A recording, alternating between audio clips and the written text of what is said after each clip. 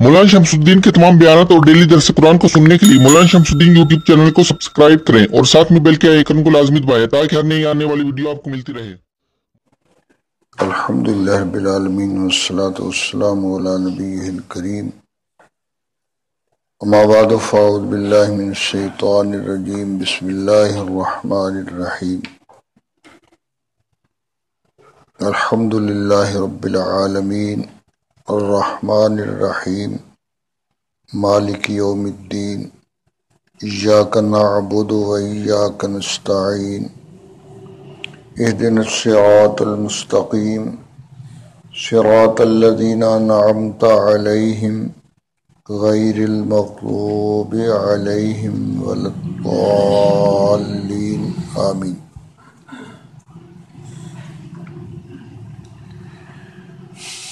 سورہ فاتحہ کے متعلق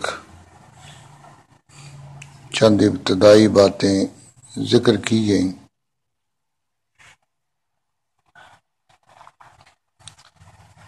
خالق کائنات نے اس کی ابتدا میں اپنی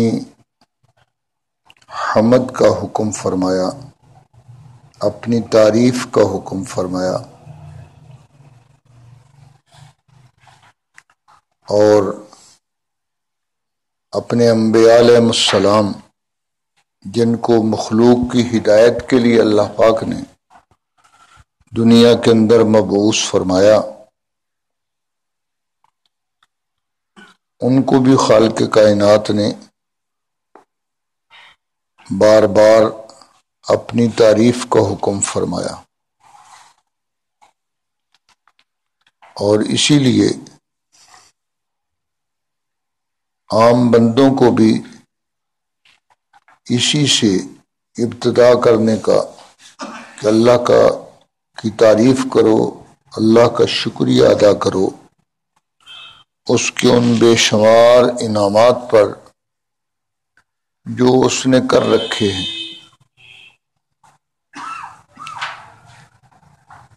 جناب رسول اللہ صلی اللہ علیہ وسلم آپ کو خالق کائنات نے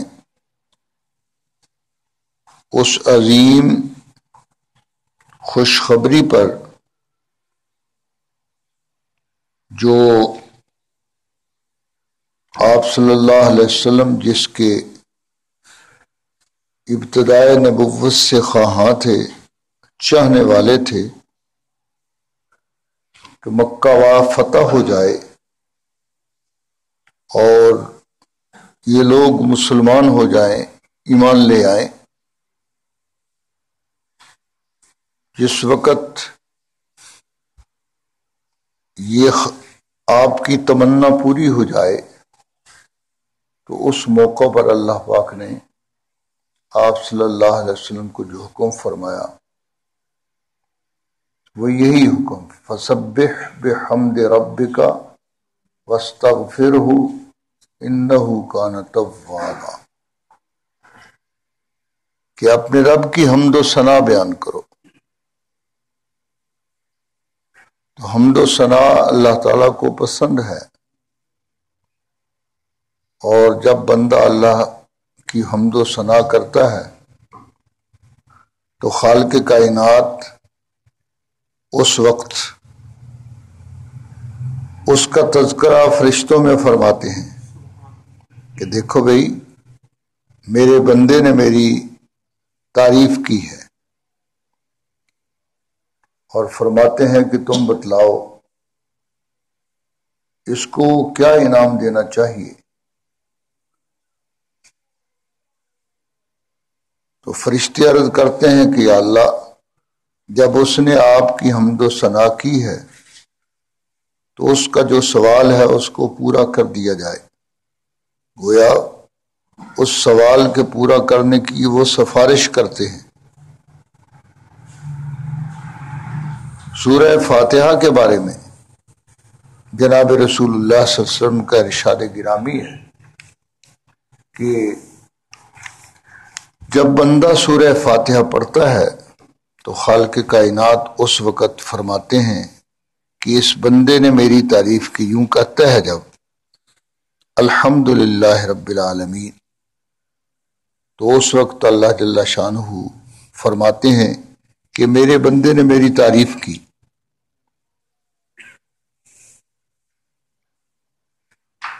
الرحمن الرحیم، اور اس نے میری رحمت کا جو اور کرم نوازی جو اس پر ہے اس کا اعتراف کیا۔ مالک یوم الدین، اور بندے نے اپنے اوپر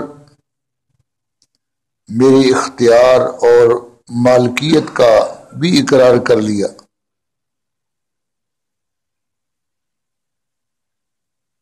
ان تعریفی کلمات کے بعد بندہ عرض کرتا ہے ایاک نعبد و ایاک نستعین، تو اللہ تعالیٰ فرماتے ہیں کہ یہ میرے اور بندے کے درمیان ہے کہ بندہ اپنی اصلیت جو ہے وہ ذکر کر رہا ہے کہ میں بندہ ہوں اور تو میرا معبود ہے، اور میں مدد کا مستحق ہوں، طلبگار ہوں، اور تو ہی مدد دینے والا ہے۔ گویا اس کے اندر بندے کا یہ اعتراف ہے کہ میرا معبود ایک ہی ہے اور وہ رب العالمین ہے، اور وہ رحمان الرحیم ہے۔ یہ گویا اللہ تعالیٰ کی وہ جو عظیم صفات ہیں ان کے اعتراف کے ساتھ ساتھ خالق کائنات کی بارگاہ میں یہ اقرار کر رہا ہے ایاک نعبد، کہ اللہ عبادت کا حقدار تو ہی ہے۔ عبادت کی جتنی بھی قسمیں ہیں، قل ان صلاتی و نسکی، عبادت کی قسمیں کہ مالی عبادت ہو، جانی عبادت ہو یا زبانی عبادت ہو، التحیات للہ والصلوات والطیبات، وہ ساری کی ساری اللہ ہی کے لائق ہے۔ عبادت کا کوئی حصہ وہ مخلوق کے مناسب ہی نہیں ہے۔ مخلوق کے مناسب اپنے مخلوق ہونے اور اپنی عبدیت کا اور عاجزی کا اعتراف کرنا ہے۔ اب اس کے بعد پھر بندے کے سوال کا ذکر ہے کہ اللہ کی بارگاہ میں عرض کرتا ہے اللہ کی حمد و ثنا کرتے ہوئے، یہ حمد و ثنا وہ چیز ہے کہ جب جنتی جنت میں جائیں گے تو وہاں بھی اللہ جل شانہ کی حمد کریں گے، الحمدللہ الذی ہدانا لہذا وما کننا لنہتدی لولا ان ہدانا اللہ، کہ اللہ تیرا شکر ہے، ساری تعریفوں کا تو ہی حقدار ہے کہ تو نے ہمیں جنت کی طرف رہنمائی ہماری فرما دی، اور ہمارے بس کے اندر یہ بات نہیں تھی، وما کننا نہتدی، ہم اس طرف راہ نہیں پا سکتے تھے اگر آپ ہمیں ہدایت نہ دیتے۔ آپ نے ہدایت عنایت فرمائی اور ہمیں جنت کی طرف ہماری رہنمائی کر دی، اور پھر جنت میں پہنچنے کے بعد اے اللہ آپ نے یہ بے شمار انعامات ہم پر فرما دی۔ دنیا کے اندر نیک صالح بندے جو ہیں وہ بھی اللہ تعالیٰ کی اس طرح حمد کرتے ہیں۔ حضرت سلیمان علیہ السلام بارگاہ رب العالمین میں عرض کر رہے ہیں رب اوزنی ان اشکر نعمتک التی انعمت علی وعلی والدی، کہ اللہ مجھے توفیق عنایت فرما کہ میں تیری نعمتوں کا شکریہ ادا کروں جو آپ نے مجھ پر فرمائی اور میرے والد محترم پر فرمائی۔ حضرت داؤد علیہ السلام کو اللہ پاک فرما رہے ہیں کہ اے داؤد تم ہمارا شکریہ ادا کرو، وقلیل من عبادی الشکور، اور میرے بندوں میں شکر گزار بندے بہت تھوڑے ہیں۔ تو یہ شکر جو ہے یہ بندے پر واجب ہے، لیکن بندہ جو ہے اس سے فراغ اختیار کرتا ہے، حالانکہ شکر ادا کرنے میں اپنا ہی فائدہ ہے۔ اور نیک صالح بندے جو ہیں ان کا یہی کہ ہمیشہ اللہ جل شانہ کی نعمتوں کا وہ شکر ادا کرتے رہے۔ تو خالق کائنات نے اپنے سارے بندوں کو یہ حکم دیا کہ یوں میری تعریف کرو، الحمدللہ رب العالمین۔ رب اس ذات کو کہا جاتا ہے کہ جو جس مرحلے کے اندر جن چیزوں کی ضرورت ہو وہ انہی چیزوں کو مہیا کرے۔ اللہ رب العالمین ہے، اور انسان ہی نہیں فقط حیوانات اور نباتات اور جمادات، ان سب کی پرورش کے لیے جس موقع پر جس چیز کی ضرورت ہے اللہ تعالیٰ نے وہی مہیا فرما رکھی ہے، جس نے ذہن کے اندر خود اس کے کہنے کے بغیر، جب اس میں جان پڑ گئی تو گویا اس کے کہنے کے بغیر ہی یہ سارے انتظامات کر دیے۔ تو اب جب یہ مانگ رہا ہے تو کیا خالق کائنات اس کے لیے انتظام نہیں فرمائے گا؟ یہ ممکن ہی نہیں، یہ عقل ہی کے خلاف ہے۔ خالق کائنات نے اس کے لیے یہ سارے رزق کے انتظامات فرما دیے۔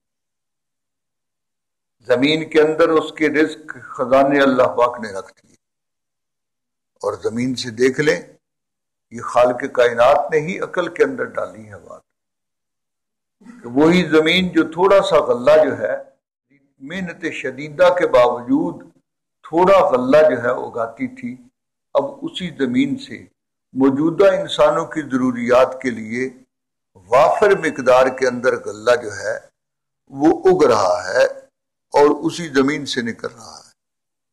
زمین تو وہی ہے۔ یہ خزانے سارے اللہ تعالیٰ نے زمین کے اندر رکھے ہوئے ہیں، اور ان خزانوں سے اپنی مخلوق کو رزق کا وعدہ جو کر رکھا ہے، فی السماء رزقکم وما توعدون، فرمایا آسمان میں تمہاری روزی کے سارے انتظامات جو ہیں وہ طے شدہ ہے، فی السماء رزقکم وما توعدون، اور جس کا تم سے وعدہ ہے وہ ملے گا۔ آسمان سے اللہ نے پانی اتار کر زمین جو ہے اس کو حکم دے دیا، خود تمہیں حکم کہنے کی ضرورت نہیں۔ اب دیکھ لیں انسان کے بس کی بات ہی نہیں ہے، انسان نے تو صرف زمین کا منہ کھول کر اس کے اندر دانہ ڈالا ہے، اب اس دانے کو اگا دینا اور اس کے لیے جتنی نمی کی ضرورت ہے، جتنی حرارت کی ضرورت ہے، جتنی اور قوا کی ضرورت ہے، وہ ساری قوت مہیا کر دینا، یہ اسی بات رب العالمین کا کام۔ اس رب العالمین نے اپنی ربوبیت کے اس وعدے کے مطابق یہ پال رہا ہے ساری مخلوقات کو، پتھر کے اندر کیڑے کو پال رہا ہے، رب العالمین ہے۔ اور عالمین اس لیے جمع لے آئے کہ بھی جتنے بھی جہان ہیں، جتنے بھی جہان ہیں یہ اللہ ہی کو معلوم۔ لوگوں نے تخمینے اور اندازے لگائے لیکن وہ سارے اندازے غلط ہیں، اللہ ہی کو معلوم ہے کہ کتنے بھی جہان ہیں۔ یہ سارے جہان جو ہیں اور یہ جتنے بھی جن سے ہیں وہ ایک مستقل جہان ہے، پرندوں کا الگ جہان ہے، انسانوں کا الگ، جنات کا الگ، دوسری مخلوقات کیڑے مکوڑے ان سب کا ایک عالم ہے، اس کو عالم کہا جاتا ہے۔ تو وہ سارے عالموں کا وہ رب ہے، رب العالمین۔ اس لیے حضرت موسیٰ کلیم علیہ السلام سے جب فرعون کی بات ہوئی تو اس نے کہا میں تو مصر کا رب تو میں ہوں، فرعون نے کہا مصر کا رب میں ہوں، تو کس رب کی بات کرتا ہے؟ تو موسیٰ علیہ السلام نے فرمایا کہ میں تو اس رب کی بات کرتا ہوں رب المشرق والمغرب، جو مشرق و مغرب کا رب ہے، آسمان و زمین کا رب ہے، میں تو اس کی بات کر رہا ہوں۔ اور تیرے پاس نہ مشرق ہے، نہ مغرب ہے، نہ آسمان ہے، نہ زمین ہے، تو کہنا رب بنیا پھرتا ہے۔ مطلب اس کو سمجھانے کی کوشش کی کہ میں تو رب السماوات والارض اس کی بات کر رہا ہوں، تو یہ تھوڑا سا زمین کا ٹکڑا جو ہے اس پر حکمران بن گیا، اور تو کہتا ہے کہ میں رب آئینہ، میں تیری بات نہیں کر رہا، میں تو رب العالمین کی۔ تو دیکھ لو انسان کے پاس وہ تھوڑا سا ٹکڑا زمین کا آ گیا اور اسی پر وہ اترا رہا ہے، غرور کر رہا ہے کہ میں رب بن گیا، اور وہ رب السماوات والارض، اس نے ساری کائنات یہ بنائی ہے اور بنا کر چلا بھی رہا ہے، اور وہ فرماتے ہیں کہ میری حمد و ثنا کرو، میرے بندے بن جاؤ، میری فرما برداری اختیار کرو۔ تو انسان اس ذات کو تو چھوڑ دیتا ہے اور یہ اس گمراہی کا شکار ہو جاتا ہے کہ جنہوں نے اپنے بارے میں جھوٹے یہ دعوے کر رکھے ہیں ان کا پیروکار بن جاتا ہے۔ تو اللہ تعالیٰ نے اس لیے فرمایا کہ تم رب العالمین جو ہے اس کی تعریف کرو، اور اس کی یہ تعریف اس کے احسانات ہی کی وجہ سے لازم نہیں ہے، بلکہ وہ رحمان بھی ہے اور رحیم بھی ہے۔ رحمانیت اور رحیمیت کی وجہ سے وہ تعریف کا حقدار ہے۔ اور باقی مالک یوم الدین، کبھی دیکھنا ایک دن تم نے اس کی بارگاہ میں حاضر ہونا ہے، اس دن کا بھی وہی مالک ہے۔ یہ مالک تو اللہ ہر چیز کا ہے، یہ فرما دیا مالک یوم الدین کیوں فرمایا؟ اس لیے کہ اس دن یہ ظاہری ملکیتیں، دیکھ لو برسر اقتدار طبقہ، وہ کہتے ہیں ہم پاکستان کے مالک بنے بیٹھے ہیں، تو اس دن یہ ظاہری ملکیتیں جو ہیں ان کا بھی نام و نشان نہیں ہوگا، اور اس دن اللہ فرمائیں گے لمن الملک اليوم، آج بادشاہی کس کی ہے؟